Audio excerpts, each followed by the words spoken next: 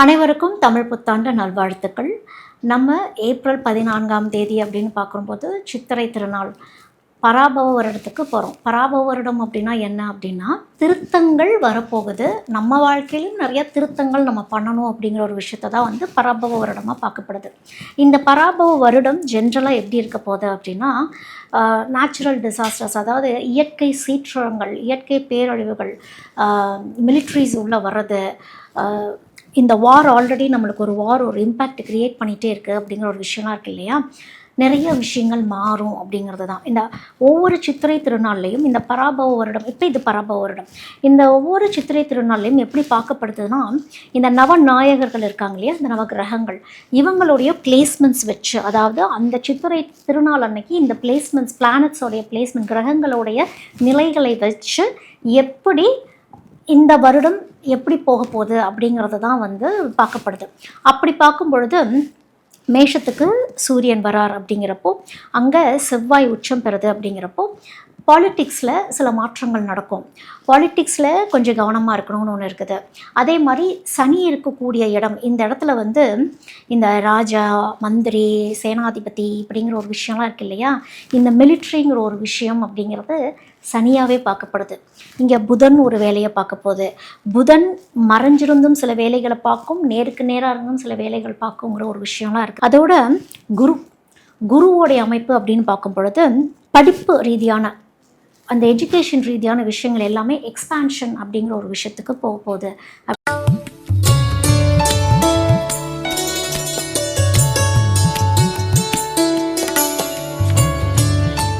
கன்னிராசிக்கு இந்த பராபவ வருடம் எப்படி இருக்கும் அப்படின்னு பார்க்கும் பொழுது, ஆல்ரெடி கன்னிராசி வந்து ஒரு 2.5 வருஷமாக நிறைய விஷயங்கள், 2 to 3 வருஷமாக நிறைய கஷ்டங்கள் அனுபவிச்சிட்டோம். எவ்வளோ பெரிய கூட்டங்கள் எங்களை சுற்றி இருந்தது. இப்போ அந்த கூட்டங்கள் திரும்பி பார்க்குறப்ப யாருமே எங்கள் கூட இல்லை. எல்லாத்துக்குமே நான் நல்லது தான் பண்ணேன், யாருக்கும் எந்த துரோகமும் நான் நினைக்கல. ஆனால் என்னோட வாழ்க்கையில் நான் நிறைய ஏமாற்றங்களை சந்திச்சிட்டேன். இனிமேலும் நான் யாருக்கிட்டையும் ஏமாற மாட்டேன் அப்படிங்கிற ஒரு மனநிலைமைக்கு தான் பெரும்பாலான கன்னிராசி போயிருந்திருப்பீங்க. ஒரு சிலருக்கு பர்சனல் லைஃப்பில் சில இஷ்யூஸ் இருந்திருக்கும், அவங்களுடைய லைஃப் பார்ட்னர்கிட்ட சில ப்ராப்ளம்ஸ் இருந்திருக்கும், தவறுகள் சுட்டி காட்டப்பட்டுட்டே இருந்திருக்கும். இந்த தவறுகள் எப்படி சரி செய்யணும் அப்படிங்கிற மாதிரியும் கன்னிராசிக்கு நிறைய பேர் உபதேசம் பண்ணியிருப்பாங்க. ஏன்னா அந்த உபதேசம் எல்லாமே கேது மூலியமாக வந்த ஒரு விஷயம். இந்த முறை எப்படின்னு பார்த்தீங்கன்னா, சனி ப்ளஸ் ராகு அப்படிங்கிற மாதிரி இருக்குது.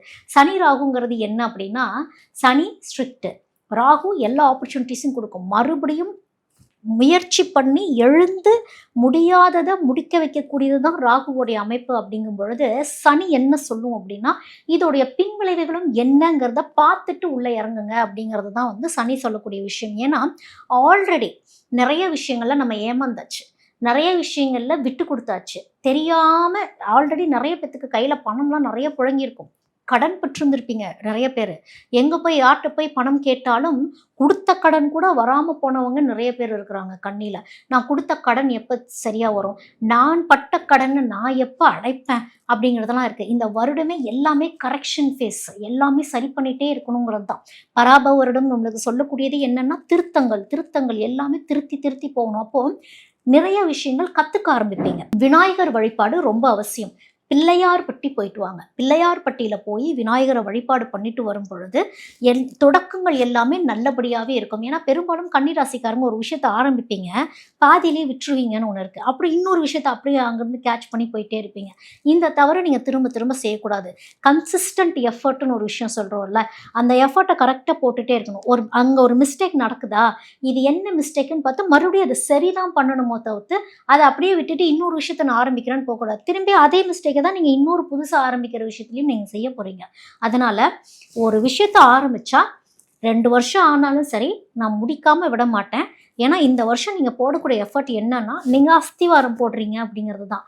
இந்த அஸ்திவாரம் நல்ல ஒரு மரமாகவே மாறும். இன்னும் ஒரு 2 வருஷத்தில் க்ரோத்துங்கிறது ரொம்ப நல்லா இருக்குது. இனிமேல் கண்ணிக்கு ரொம்ப நல்லா இருக்குங்கிறப்போ, இது சனி ராகு இல்யூஷன்ஸ், மாயையை கொடுக்கும். சனியே நிலச்சிருக்கும். சனி நிலச்சிருக்கும்னா என்னது, லாங் டேர்ம் எஃபர்ட் போடணும். இப்போ போட்டு இன்னைக்கு போட்டு நாளைக்கு பணம் வந்துருமா, நான் ஸ்டாக்ஸில் போய் பணம் போடுறேன், ஷேர்ஸில் போய் போடுறேன். நீங்கள் ஸ்டாக்ஸில் போடுங்க, ஷேர் மார்க்கெட்டில் போடுங்க. ஏன்னா கன்னிராசிக்கு வந்து ஸ்டாக், ஷேர் மார்க்கெட் ரொம்ப நல்லபடியாக தான் வரும். ஆனால் அதுலேயுமே வந்து போட்டு இழந்தவங்க ஜாஸ்தி. இந்த ஸ்டாப்புங்கிற ஒரு விஷயம் இருக்கும்ல, அந்த ஸ்டாக்ல அந்த ஸ்டாப்புங்கிறது அவ்வளோ சீக்கிரம் கன்னிக்கு வந்து வேலை செய்யாது. இப்போ எப்படி தெரியுமா இருக்கும் கன்னி, எங்ககிட்ட வந்து யார்கிட்ட இப்போ பணம் இருக்குது, நாங்கள் எங்கே போய் ஸ்டாக் மார்க்கெட்டில் போடுவோம் அப்படின்னு இருக்கும். வந்தால் போட்டுருவீங்க. அதுக்கப்புறம் திரும்ப திரும்ப ஒரு கேம்பிளிங் மைண்ட் செட்குள்ளே புதன் போகும். ஏன்னா புதனுடைய மனநிலைமையே என்னன்னா ட்ரேடிங், எல்லாமே நம்பர்ஸாக பார்க்குறது. புதன் வந்து கால்குலேட்டிவ் மைண்டு. இதில் போட்டு இவ்வளோ எவ்வளோ வருங்கிறது மட்டுமே பார்க்கும்போது தவிர்த்து டிசிப்ளின் வந்துதா இல்லையாங்கிறது தான் கண்ணி. ஏன்னா உங்களுக்கு பெர்ஃபெக்ஷனுங்கிறது ரொம்ப அவசியம். மற்றவங்க கிட்ட அந்த பெர்ஃபெக்ஷன் எதிர்பார்த்துட்ருக்கீங்க, நீங்கள் பெர்ஃபெக்டாக இருக்கீங்களா அப்படிங்கிற ஒரு விஷயத்தை தான் கண்ணி பார்க்கணும். அந்த பெர்ஃபெக்ஷனை நீங்கள் சரி பண்ணிக்கிட்டீங்க அப்படின்னா இந்த பராபவ வருடம் சில திருத்தங்களோடு உங்களுடைய வாழ்க்கை நல்லபடியாக அமையும் அப்படிங்கிறது தான் கன்னிராசிக்கு சொல்லக்கூடியது. இப்போ ஆர்கியாதிபதி அப்படிங்கிறது என்ன அப்படின்னா அதாவது தண்ணி, நீர்நிலைகளை சொல்லக்கூடியது. இது போய் சுக்கிரன் போய் உட்காருது நீர்நிலைகள் சம்மந்தப்பட்ட ஒரு விஷயத்தில். அப்போ சுக்கிரனுடைய குணாதிசயம் என்ன? லக்ஷ்மி தானே. எங்கே தங்கம்னு ஒன்று இருக்குது. நீரே வந்து ஒரு லக்ஷ்மி அமைப்பாக சொல்லக்கூடிய ஒரு விஷயந்தான். அப்போது இந்த நீர் அப்படிங்கிறது லக்ஷ்மி எங்கே தங்கும், எங்கே செழிப்பு கொடுக்க போகிறாங்க, எங்கே வறண்டு காணப்பட போகிறாங்க அப்படின்னு ஒரு விஷயம் இருக்குது. அப்போது இது மத்தியம நிலையாகவே இருக்கும், ஓரளவுக்கு மாட்ரேட்டாக இருக்கும் அப்படிங்கிற மாதிரி தான் பார்க்கப்படுது. அடுத்தது மேகாதிபதி அப்படிங்கிறது சந்திரன்கிட்டயே போயிடுச்சு. ஆல்ரெடி நான் சந்திரனுக்கு சொன்ன மாதிரி தான் இது வந்து ஏற்ற இறக்கங்கள் அப்படிங்கிற ஒரு விஷயத்தை நம்ம பார்க்க போகிறோம். மழை ஒரே மாதிரி பெய்யாது அப்படிங்கிற ஒரு விஷயம்தான். பரப்பு நிலை, சரியான ஒரு பரப்பு நிலையில் மழை போய் சேராது. ஒரே இடத்துல திடீர்னு ஃப்ளட்டு மாதிரி உருவாயிடும். ஒரு இடத்துல பார்த்தா இந்த இடத்துல ஃப்ளட்டு வந்துட்டுருக்குன்னா இந்த பக்கம் மழையே இருக்காது. அந்த மாதிரி ஒரு விஷயங்கள்லாம் இருக்கும். அதோட இந்த ரசாதிபதி போய், ரசாதிபதினா என்னது, இந்த லிக்விடு, இந்த ஆயில் சம்மந்தப்பட்ட விஷயங்கள் எல்லாமே தான் ரசாதிபதி. ஆல்ரெடி ப்ராப்ளம்ஸ் நம்ம ஃபேஸ் பண்ண ஆரம்பிச்சிட்டோம் இல்லையா? இந்த சனி தான் அங்கே போய் உட்கார்ந்துருக்கு. அப்படிங்கிறப்போ சனி எவ்வளோ தொல்லைகள் நம்மளுக்கு அதில் கொடுக்க போகுது அப்படிங்கிறது தான். அதாவது இந்த பெட்ரோலியம் ப்ரைஸ், இந்த பெட்ரோலியம் ரிலேட்டடான விஷயங்கள், ஒரு ஆயில் ப்ரைஸ் எல்லாமே ஒரு ஏற்ற இறக்கங்களாகிறது. ஒரு நிலையான ஒரு விலை நிர்ணயம் பண்ண முடியாத ஒரு சூழல்கள், பற்றாக்குறை. ஏற்கனவே நம்ம இந்த பற்றாக்குறைகளை உணர ஆரம்பிச்சிட்டோம், கொஞ்சம் ஃபேஸ் பண்ண ஆரம்பிச்சிட்டோம் லைட்டாக. ஸோ இந்த மாதிரி விஷயங்கள்லாம் சனி வந்து சிக்கனங்கிற ஒரு விஷயத்த நம்மளுக்கு சொல்ல போகுது அப்படிங்கிறது தான். ஜாக்கிரதையாக இருக்கணுங்கிற ஒரு விஷயத்த சொல்ல போகுதுங்கிறது தான்.